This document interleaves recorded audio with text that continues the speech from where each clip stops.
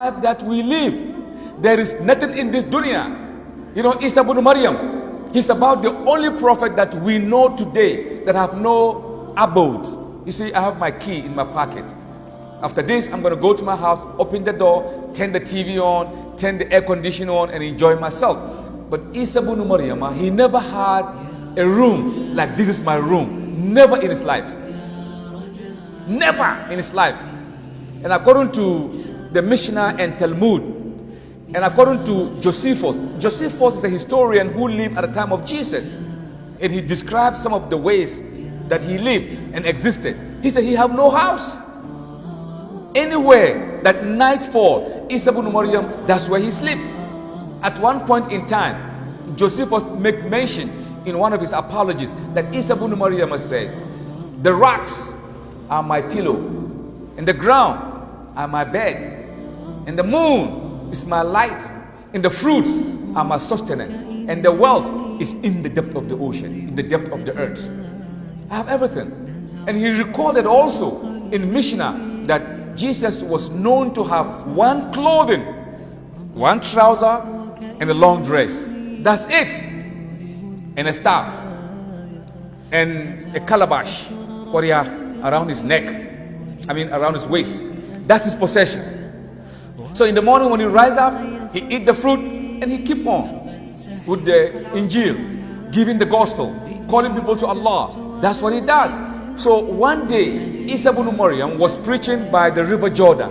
When he get close to the river Jordan, he realized that his clothes are dirty. So he took off the top mantle. He washed it by the river Jordan, and then he set it up on the rocks. When it dried, he put it back on. Then he took the lower garment. He washed it again. He put it on the rocks. When it dried, he put it on. And he began to walk. As he was walking, he started feeling thirsty and hunger. So he went by the other side of the river Jordan, and he took his calabash and he grabbed some water. Look at this. He grabbed the water. He was about to drink. Then he saw an ordinary man at the other side of the river using his hand to collect the water. Isa ibn Maryam, he threw away the calabash and he fell down in prostration, crying and asking Allah to forgive him. Forgive him what? The calabash. The calabash. Because he was thinking, I'm Isa ibn Maryam, I'm one of the ulul azm, closer to Allah subhanahu wa ta'ala. Yet I have qadara in this dunya, I have property. Look at this ordinary man with his hand drinking water. Me, I have a calabash, subhanallah. He threw it away. And he fell down in prostration, asking Allah to forgive him for attaching himself in this dunya. Zuhud. They are running away from this dunya. Running away from this dunya. And history in the Sirah also mentioned, you know the story. Ibn Khattab, Umar, he came to Muhammad in his presence. When he came, it was so hot that the Messenger of Allah, he kind of leaned back with his clothes up a little bit to his chest and his leg on the wall. So when Umar entered, he saw everything in Muhammad's room. He said, Ya Rasulullah, look at your room. It's all sandy, and your staff, and you're safe. Ya Rasulullah, we are on the right track.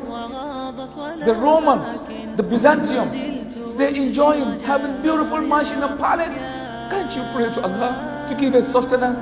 Right away, the eye of the Rasul turned into red, and he sat down. He said, Umar, are you in doubt on this situation that we are on? Are you in doubt on this situation? If the earth and whatever is in it would Allah have a little merit like the one wing of a mosquito, Allah will never give an unbeliever a water to drink. There is nothing here. Whatever you see is Bola. Whatever you see, Mercedes-Benz, you drive and enjoy. Are you going to take it on your bed if you go to sleep? Why don't you take it to your bed? Why wouldn't you bought it half, maybe 10 million, 25 million? Why don't you take it to your bed? Why would you leave it outside? Dogs, lizards, monkeys moving around it. Dogs even pee around it. $500,000 worth of Mercedes-Benz out in the streets. That tells you something. that clearly give you a perspective. Whatever you own, you're going to live it. With Allah is the fact, is the truth.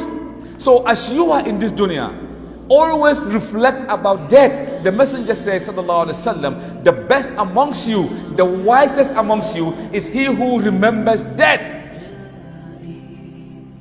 You might have a position,